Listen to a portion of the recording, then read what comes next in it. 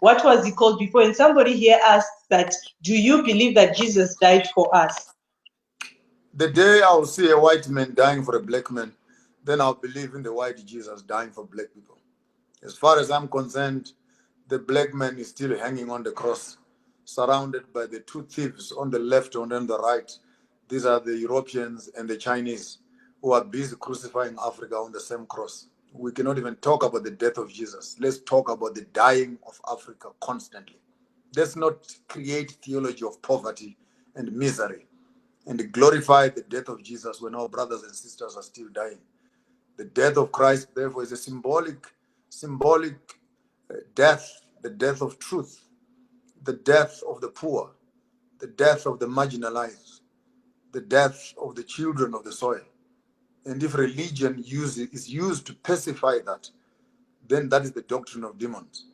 For he came to set the captives free. And until Africa is free, there's no Jesus who has died on the cross. We are still dying to date. It cannot take one man to save the whole world.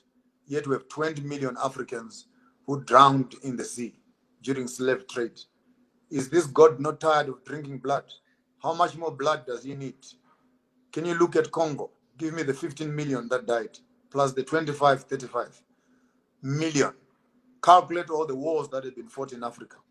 How many more millions? You tell me that all this blood that has been spilled is worth nothing, except the blood of one man who hung on a cross.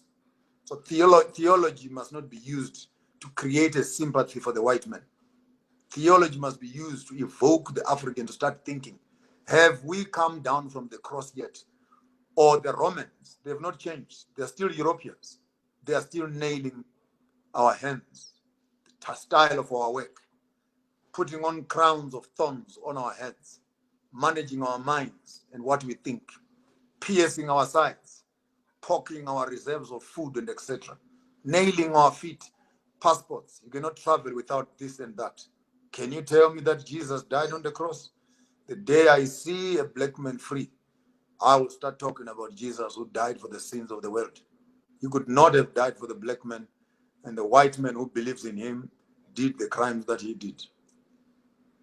Oh, Bishop. So now if this is what you're saying, that until you see a black man free, then you now believe that Jesus died for us, then you still say that you still go to, sometimes you still go to SDA with your family, then why are you going there? I'm a third generation Adventist in my family. A journey I've been pursuing for the past 52 years. You grow. And the shoes I was putting on when I was in primary school, I can no longer put on the same shoes. Going to a church, unless it has become patriotism, that you go to a church so that you feel like you belong. And once you belong to a church, you are not allowed to think. Therefore, shut up because you go to church. Don't think. Because apparently when you enter a church, you must surrender your sanity, you must surrender your brains, you must surrender your critical mind. To become a member is actually selling your conscience. Bishop, and many people also believe that Christianity is the way to make heaven. Does it mean that our forefathers who died before Christianity was brought to Africa didn't or won't make heaven? The paganism of making an African wait for the heaven in the sky when the European is eating the heavens on earth is another doctrine of demons. Therefore, education and religion has become a passport of escaping from poverty. I don't want that religion at all. I cannot go to heaven to walk on the streets of gold when I have never touched the bar of gold on earth. I can't walk to heaven and own the estate of heaven when I fail to look after my own ground. Question: if God wanted us in heaven, why did he create us on earth? Now it's a big mission to kill all of us and resurrect us and move us to heaven for 1,000 years and bring us back here again. Why the bother? To kill people during the times of Noah and to preserve the devil. To kill your own son and you don't kill the devil.